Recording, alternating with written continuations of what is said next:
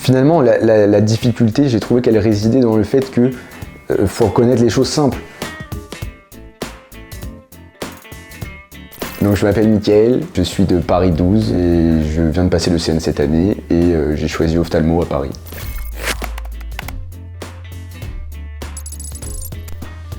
J'ai vu mes amis, on s'est retrouvés et on a fêté la fin de l'ECN quoi.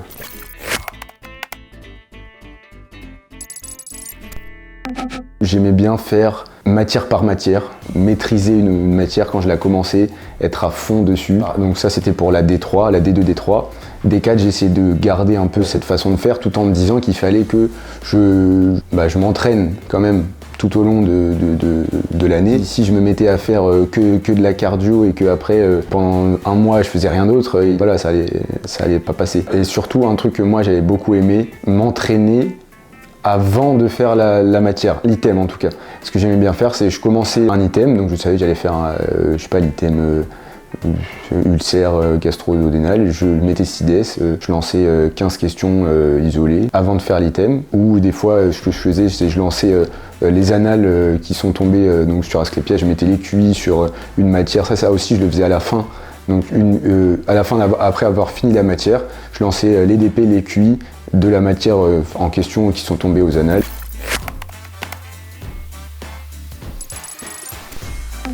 C'est un ami à moi qui m'en a parlé, qui m'a dit je connais un type qui va corriger les annales et qui va lancer son site bientôt, et ça va être pas mal et tout, donc je vous dirai quand il sort quoi, voilà c'est ça.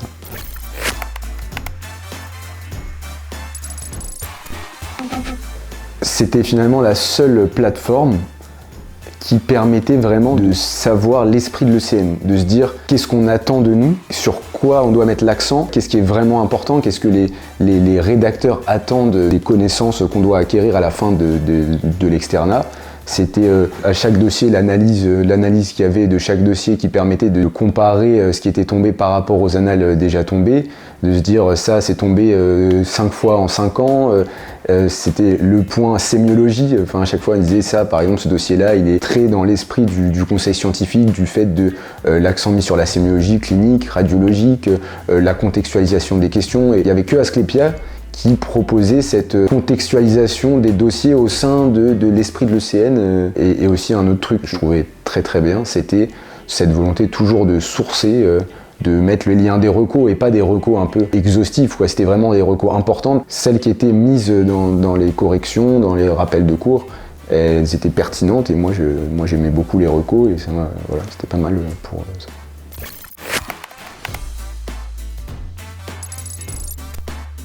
Ça me permettait de me défaire de cette volonté-là, d'apprendre tous les détails inutiles, etc. Enfin, grâce à Asclepia, on comprenait ce qui était important à connaître. Et donc, dernièrement, là, il y a eu les classifications, la rang A, B, C.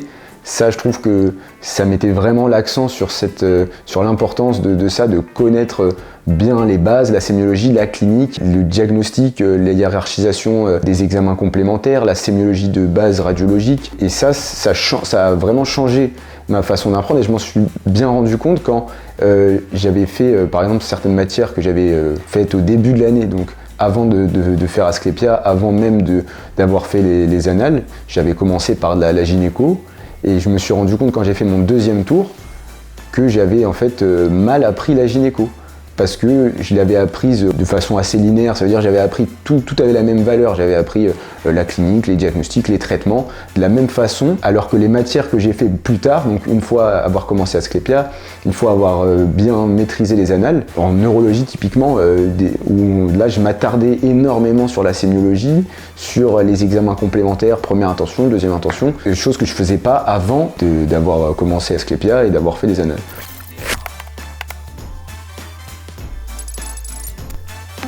La difficulté, j'ai trouvé qu'elle résidait dans le fait que faut reconnaître les choses simples.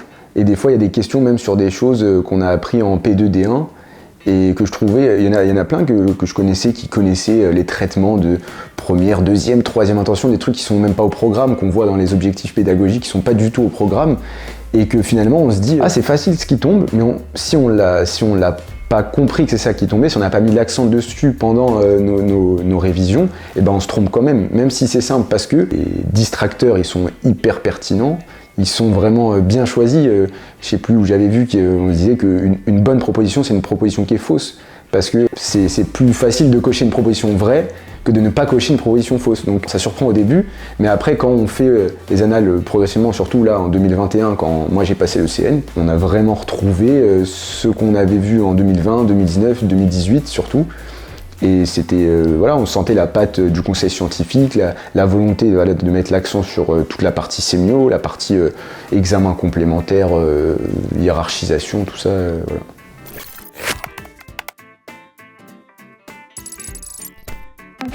Bah, moi en premier c'était les collèges bien sûr, pas se passer des collèges quoi. Et après j'ai fait un petit peu de Anki, donc voilà les collèges, Anki. J'utilisais pas mal, moi j'avais fait des fiches que j'avais fait moi-même, dont je me suis beaucoup servi au moment, surtout quand je faisais pas la matière, quand je faisais des annales, des trucs comme ça, et ça me permettait d'aller revoir directement dans mes fiches, ou justement dans mes fiches j'avais vraiment mis les choses qui m'avaient, que je sentais qui étaient importantes en termes de sémio, d'examens complémentaires, de signes positifs, négatifs, ça tombe beaucoup. Je me suis rendu compte que les fiches que j'avais fait au tout début, avant d'avoir cet état d'esprit conseil scientifique, Asclepia, Annales, et ben, elles étaient mauvaises parce que j'avais pas cerné ce qui était important. Et plus l'année passée, plus mes fiches étaient qualitatives parce qu'elles mettaient l'accent sur les choses qu'on attend de nous, quoi.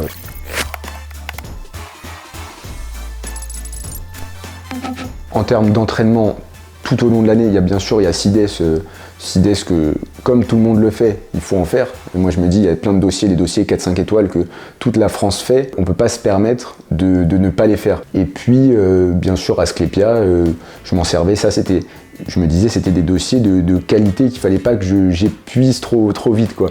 Donc j'en faisais au moins un par jour, tous les jours, et je les ai recommencés en plus plusieurs fois. Pour vraiment m'imprégner déjà de ce qui est tombé. Par exemple, les dossiers de CIDES, je les faisais rapides, je mettais 10 minutes, la correction 5-10 minutes et terminé, alors que les dossiers d'Asclepia, je me posais 30 minutes pour faire un DP, je prenais un brouillon comme si c'était le jour J, quoi. Et après, la correction, pareil, comme elle était assez riche, je mettais beaucoup plus de temps qu'un DP CIDES, je revoyais un peu le cours, je revoyais les tiroirs de cours qui étaient proposés, j'allais voir les recos où il y avait le lien.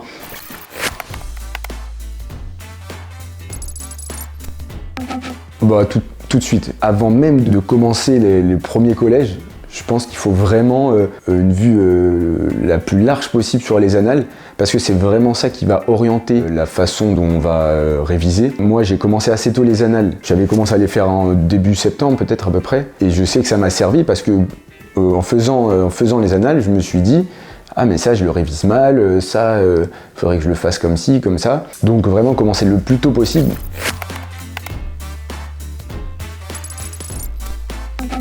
J'allais pas en stage. Quand j'étais en réa, il y avait un chef qui était très bien, très pédagogue et tout, on devait présenter des patients chaque jour à la visite. Il y avait une visite quotidienne, très exigeant et tout le chef, et ce qu'il faisait en général, dès qu'on se trompait, patate, soit coup de genou, comme ça, et ça c'était marrant.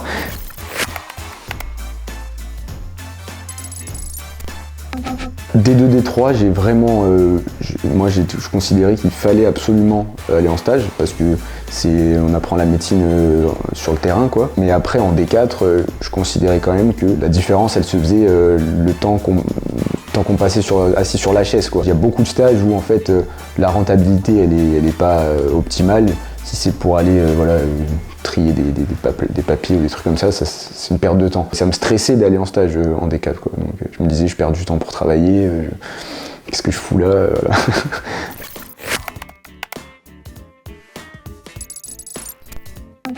Ouais.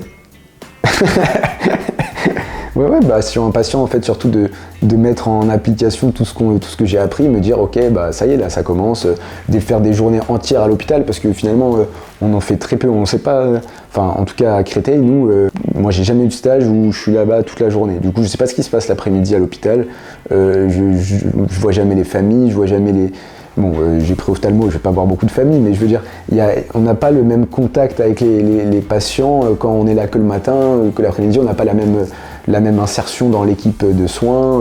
Je suis impatient de pouvoir en plus faire d'autres choses le soir, en rentrant, plus d'asclépias.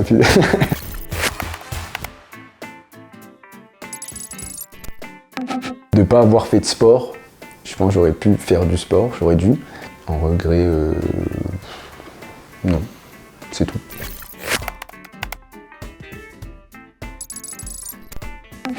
De pas voir le jour, quoi, vraiment la sédentarité, vraiment ça, douleur de dos et tout, ça vraiment trop, quoi. Enfin, de faire que ça et rien d'autre, de pas pouvoir se consacrer à quoi que ce soit d'autre. Faut pas lâcher, c'est long, c'est fastidieux, mais ça vaut le coup à la fin si vous avez un rêve, un objectif. Faut se donner les moyens vraiment de l'atteindre, ne pas avoir de regrets a posteriori, de se dire j'aurais dû travailler plus, j'aurais dû travailler comme ci, comme ça, et à la fin tout le monde sera heureux de toute façon. Voilà.